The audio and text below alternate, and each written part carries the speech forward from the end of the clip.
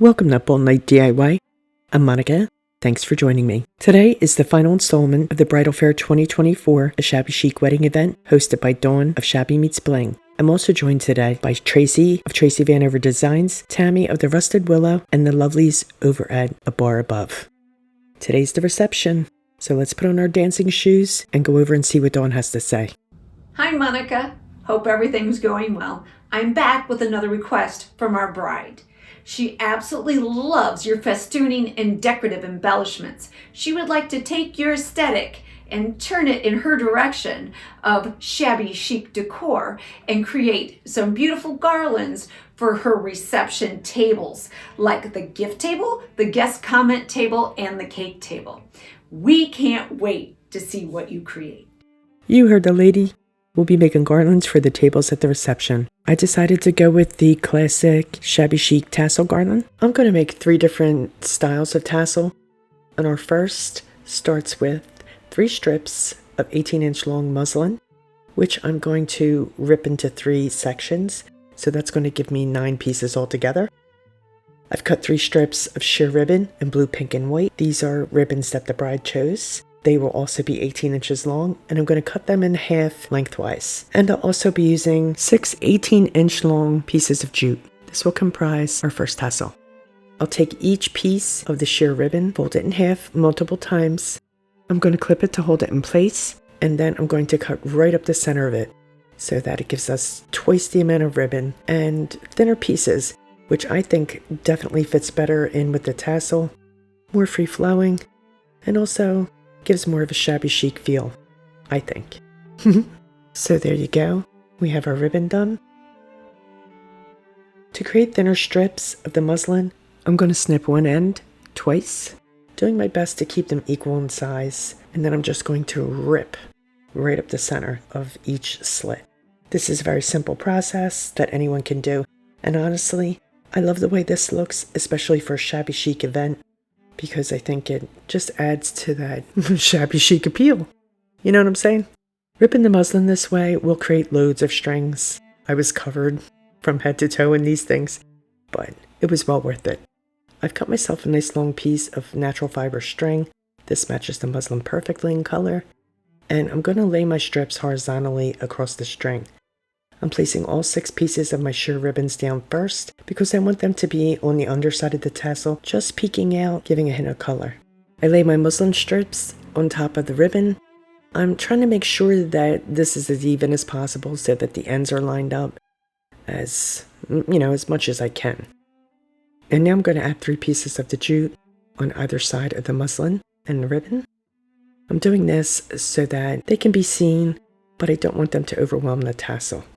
I'm going to pull my string up around the center of the gathered tassel pieces. This will allow me to make any adjustments necessary to make sure that I'm in the center of those pieces so that the tassel hangs evenly. And I'm just going to tie it off.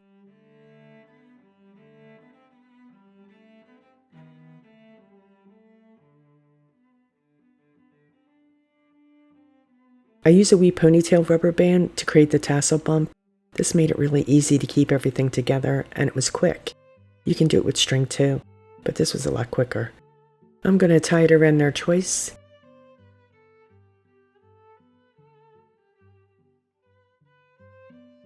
And then, I'm going to fuss with it to make sure everything's nice and neat.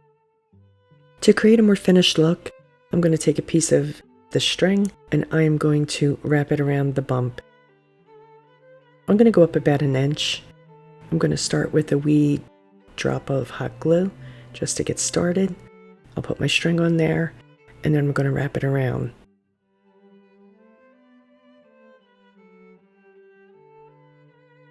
I'm not overlapping the string. I'm laying it right next to each other so that it spirals up the bump. About 1 inch, I would say. And then it'll be nice and neat and finished looking.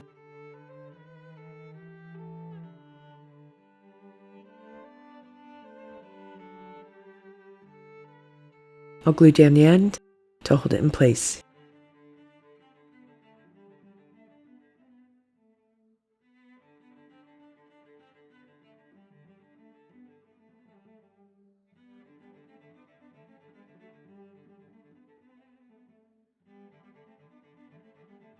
To complete it, and to add some sparkle, I'm going to glue this pretty pearl and rhinestone cluster right in the middle of the bump.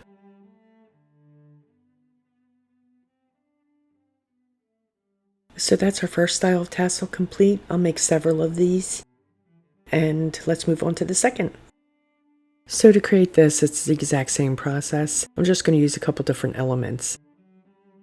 I've tied some pearls along the length of a string, which will give it that bridal style. You feel me? Once again, I'm starting with 3 strips of muslin that I'm going to rip just like before. And then I have this really pretty piece of vintage lace that the bride sent me. And of course, we'll add some of the jute twine. And then I have that string with the pearls tied on. I basically just tied these in random places, and we're going to hang that down the center of the tassel. Well, you'll see. So I'll make my clips in my muslin and rip each piece. These muslin strips are about 1.5 inches wide to start off with. I have my long piece of string ready, and I'm going to start this time with the jute twine, laying that across the string first. Then I'm going to add the muslin on top. Then I'll add the lace, and finally on top of that, I'll add the string with the pearls. I'll tie it off just like we did the first time.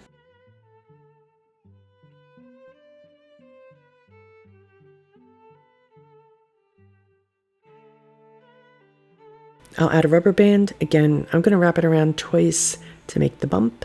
And I really just want to make sure that the lace and the string with the pearls on it are visible.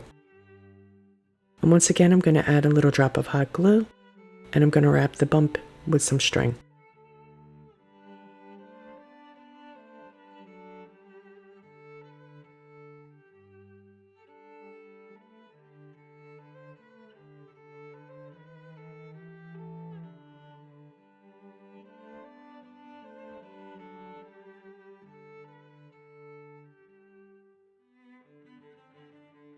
I wanted the center and the end tassels for each table to have a little extra punch to them. So for the center tassel, I made it extra thick by using 6 strips of muslin, and I made them 26 inches long. All of the pieces for the center tassel will be 26 inches. I added the sheer ribbon, the twine, and the lace, except I used 2 pieces of lace and 2 strings of pearls. I also added a diamond bauble hanging from some pearls down the center. I wanted to do something a little more creative for the very top of the tassel, and I wanted to incorporate more of the pink. So the bride sent me pieces of this crushed velvet fabric. They're in like 5-inch strips. So what I'm going to do is create a rose with this. This is an XOXO rose, and to create it, what we're going to do is bring one side up about halfway, and I'm going to add a line of hot glue to hold it down.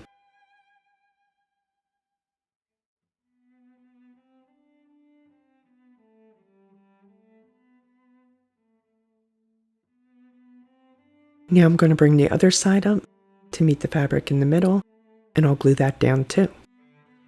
This will give us a strip of fabric that's about 1 inch, 1.5 inches wide. To create the rose, I'm going to bring one corner of the end of the strip to meet the other side so that it forms kind of a triangle.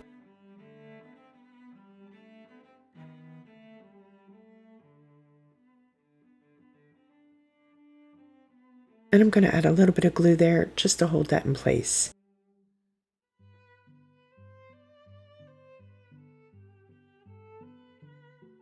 Now I'll bring the other piece across, making a little triangle. I think you can see that, right? This will be the center of the rose. And now all I'm going to do is I'm going to twist the rest of the fabric around that center bit. And I'm just going to keep twisting, kind of like, folding it over like a rose leaf would be. So I'm going to keep on twisting, and every few inches, I'm going to add a little hot glue to keep it nice and tight. I'm going to pull this kind of tight in the beginning, and then as I get further along, I'll loosen my grip a wee bit.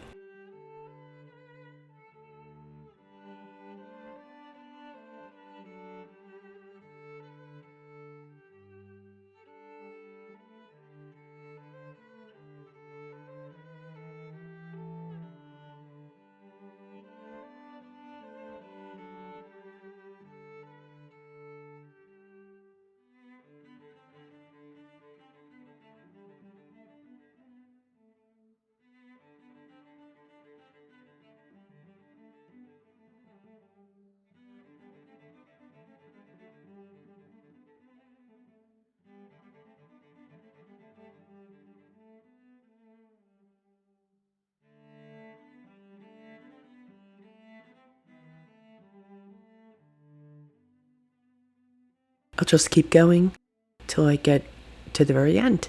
I leave a couple inches at the end here, and I'm going to fold that over on the bottom and hot glue it down. I'm just going to add a little bit of hot glue here before I do that final fold over. So this bit here, that's what I'm going to glue to the very bottom of the rose. And once that's glued, the rose is finished.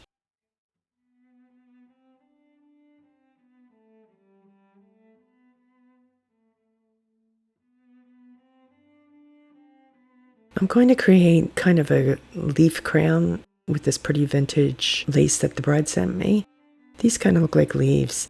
So I'm going to cut them off individually, and then I'm just going to glue them to the back to fully frame out the flower. To add some bling to the rose, I'm going to glue one of those pearl and rhinestone clusters in the very center.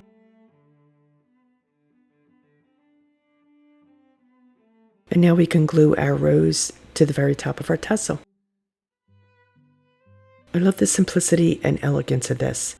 It incorporates all of the things that the bride was looking for. I'll create two smaller versions of this for the ends of the garland. They'll be slightly shorter than this one because this one is, the main guy. To complete the garland, I tied the tassels onto the strands of pearls, spacing them evenly with the large tassel in the center and the two small rose tassels on either end. I then attached the pearl garland to the burlap runners that will lay across the front of the table. And this brings pretty much all of the elements that comprised the bridal briefing. We have the pearls and diamonds and the lovely pink and blue color, the vintage lace, and then we're going to drape them across the burlap. I love the way these tassels turned out. I think they're really pretty, very feminine, and elegant. This is a very simple and affordable way to make a beautiful shabby chic garland to dress up any table for any event, particularly for a beautiful shabby chic wedding. Please be sure to check out all of the videos on the playlist for more fabulous ideas. I want to thank Dawn for bringing us all together. You'll find links to Dawn, Traci, Tammie, and A Bar Above's channels in my description box, as well as the playlist and a list of my supplies. Please like, share, comment, and subscribe, and all that good stuff. Stay creative, my friends. Thanks for hanging with me. See you next time. Up all night with Monica.